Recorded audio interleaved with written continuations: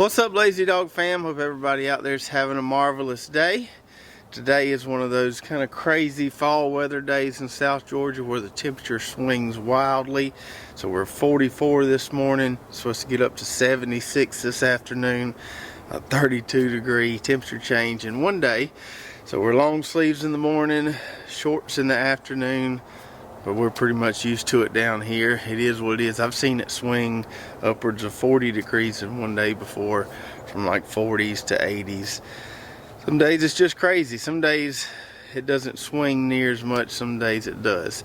But it's been about 3 weeks since we did a full garden tour, and so today I want to take you around, take the opportunity to show you what's going on in all 10 of our garden plots, show you what's been growing fast. We've been doing a lot of planting lately, so I'm going to show you what's coming up, what's been growing well. Some of this stuff is getting really close to being time to harvest, so I want to show you that as well. So let's do it. So we'll start out over here on this side of the property, kind of where we were working on the last video. And right here on this side of this plot, we have this Caliente Mustard planted along with some tillage radish. And it's looking okay. Came up pretty good. It's just been kind of slow to go. It doesn't look near as good as the other mustard cover crop that I'll show you in a little bit, but it's coming along. Maybe this Caliente mustard is just kind of slow. I don't know, but we're getting some decent ground cover there. It just hasn't filled in completely yet. We still got a few okra plants there. They're pretty much done. This really cool weather, these cool mornings, has kind of shut them down. There's a few pods out there that could be harvested, but I'm probably going to chop those down pretty soon. Then we've got our nice plot of Bologna Clover right here. We've got the world's slowest lawnmower sitting on over there. It's an effective lawnmower. It doesn't cost much to run, but it's very slow. So it's just been creeping along there, and by the time it gets it all cut, it'll probably need cutting again. And then right here is where we planted that Bayou Kale cover crop. I haven't seen anything popping up yet, but it looks like some of the seeds maybe are starting to try to germinate. I can see some little subtle signs there. Yesterday I think we got up to about 74 or so. Getting up to 76 today should trigger all that germination and should get these up and going. I put the overhead water to them pretty good, so we've got nice and moist soil there. Just waiting on some warmer afternoons to kind of get these babies up and going. And then right here we've got the first plot that we started planting this fall. We've got some English peas on our arch panel trellis here. This is the PLS 595 variety. Got a few weeds in there, but I'm not losing any sleep at night about it. But these things are loaded up pretty good. You can see still getting some good bloom production. Lots and lots of pods on there. They're actually climbing really well. This is one of the better climbing varieties I have found. They're on up probably close to 3 foot off the ground right there. And everything's holding to that panel trellis really well. I can see the peas really well, which is going to be a good sign for when it does come time to harvest. I won't have to look for them too hard. So we should get a boatload of peas there as long as we can stay frost free for the next few weeks. And then on the other side of that arch panel trellis, we've got our row of pak choi here, which has been almost completely harvested. There's a few heads left in there. They're holding and hanging in there pretty well. Those look pretty good. I probably got 6 or so heads left. We've been giving a bunch of this away, cooking some big pots of greens, and this is a one cut crop, so I need to get in here and harvest these last few heads, just put them in the fridge, pull up that tape and get this here cleaned up a little bit. I don't know if I'll put anything else there because I'm going to need some room to harvest these peas, but I do want to kind of just clean up that space right there. We've got a row of flowers right here, our bachelor button, which is not blooming yet. The plants look really nice and full. Just waiting to see some blooms there. And down here we've got our calendula, And I wish I could remember the name of this variety, but these blooms look a good bit different than the calendula I've grown before, but I like the way they look. They got some nice colors on them. It's like a mix or something. But anyway, those are starting to produce some nice blooms. Then here, between the calendula and the marigolds, we've got our Savannah mustard, which needs to be harvested again. I already cut all this one time, and you can see there it has grown back really nicely. Hardly no pest pressure on that stuff there. And it's time to pick another mess of greens here this week. And then we've got our lovely giant marigolds here. I need to do some weeding on the end of this plot right here too. But our lovely giant marigolds just blooms everywhere.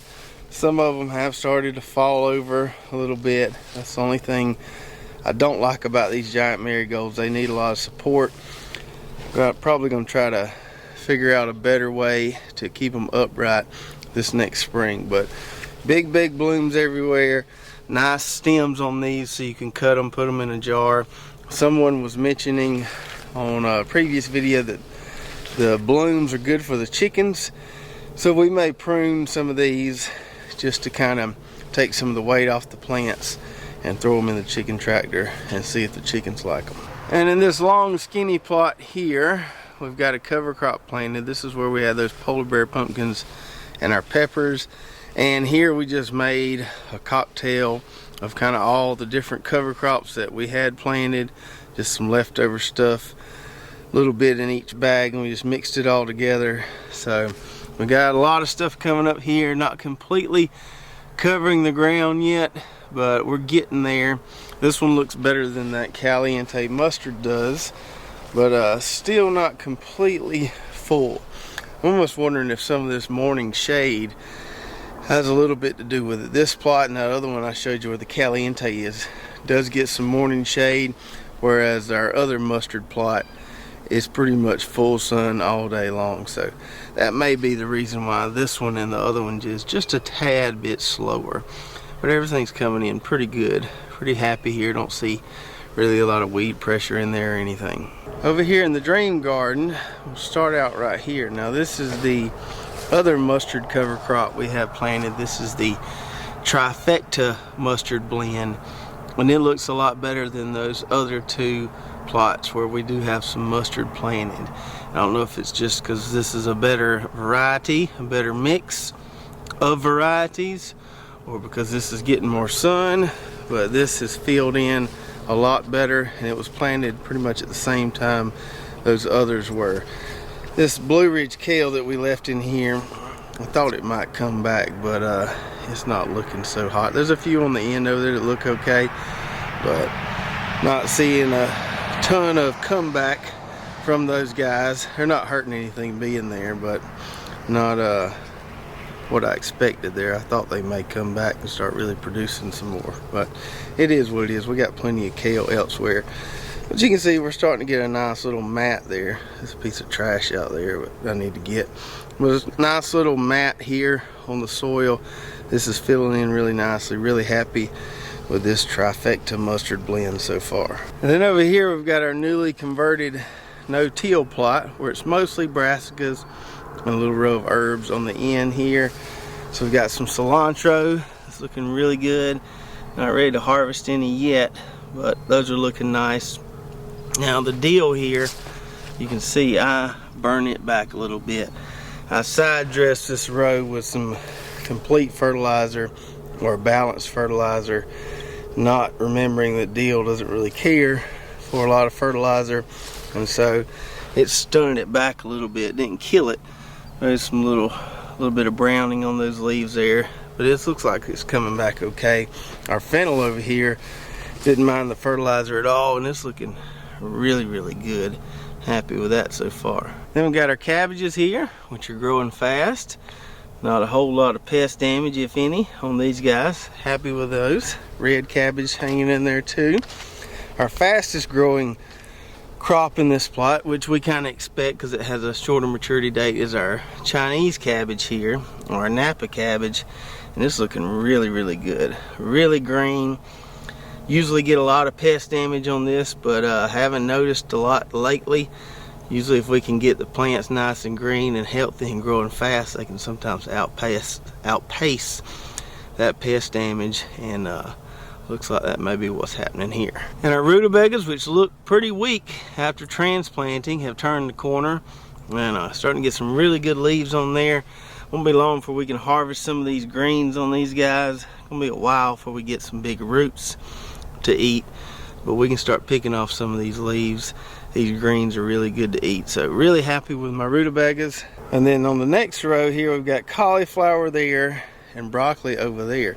What's strange to me is usually cauliflower and broccoli kind of grow at the same rate. The plants kind of look pretty much the same size, but our cauliflower here is significantly outpacing our broccoli here. Not really sure what's going on with the broccoli. It doesn't look bad, but I would expect it to look more like that cauliflower there. And then we've got our Brussels sprouts here, which are looking really, really good, really healthy, and hopefully we'll just get some nice cool weather, December, January, to trigger some sprout production.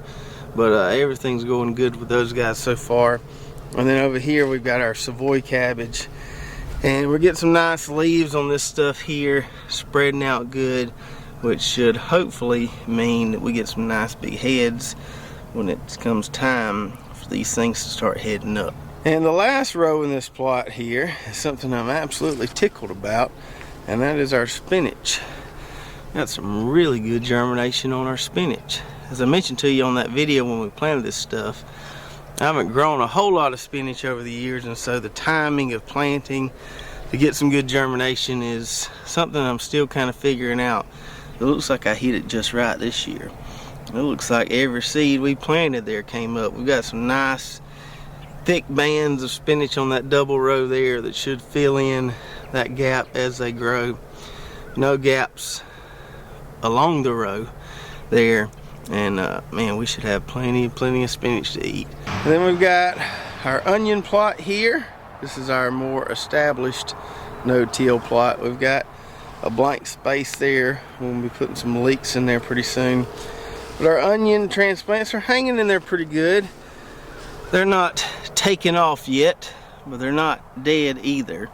We're just kind of holding pat. Been giving them some overhead water, trying to help them roots get down there below that fluffy compost layer. But they're coming along pretty well. I can't tell any significant differences so far with these onions that we trim the tops on, like that one there, versus some of these others in here. So we'll just see if long term that makes any difference, but I can't tell the difference now. And then on the end of this plot, we've got this double row of bunching onions we planted, but I'm not seeing anything. And it's been several weeks since we planted them. I'm starting to get a little bit worried that they're just not going to come up. I don't know if it was something I did, or if it was just the seeds, timing, whatever, but we'll just keep an eye on it, but I'm not hopeful at this point. Right here we've got that glass gem corn we harvested on the last video. Got this really awesome looking cover crop mix in here. This is probably my favorite of all the cool season ones I've planted so far, maybe with the exception of that clover over there. I really like it too, but this garden cover crop mix from True Leaf is just a really good mix. Now, we planted this amongst some fall potatoes we were trying, and I thought the fall potatoes would outpace the cover crop, but I'm starting to get a little bit worried here. I can still tell where the potato rows are, but it's getting harder and harder to see them because this cover crop is just getting so tall. The cooler weather slowed the potatoes down, didn't slow the cover crop down, and so we're going to have to look pretty hard when we go to try to salvage any of these fall potatoes here.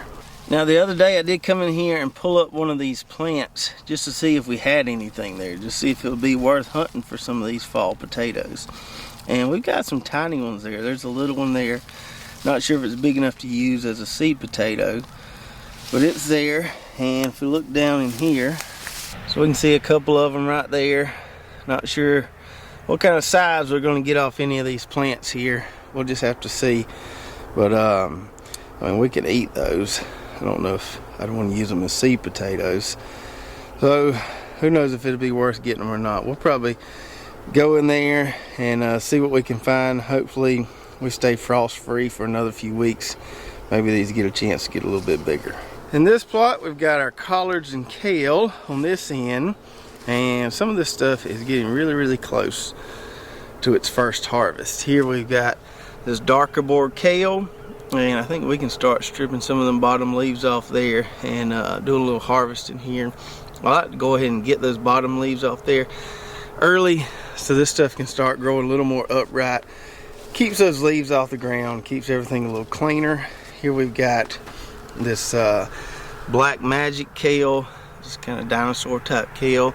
It's looking pretty good so far. I think the best looking thing of these 3 rows would be this Portuguese kale here.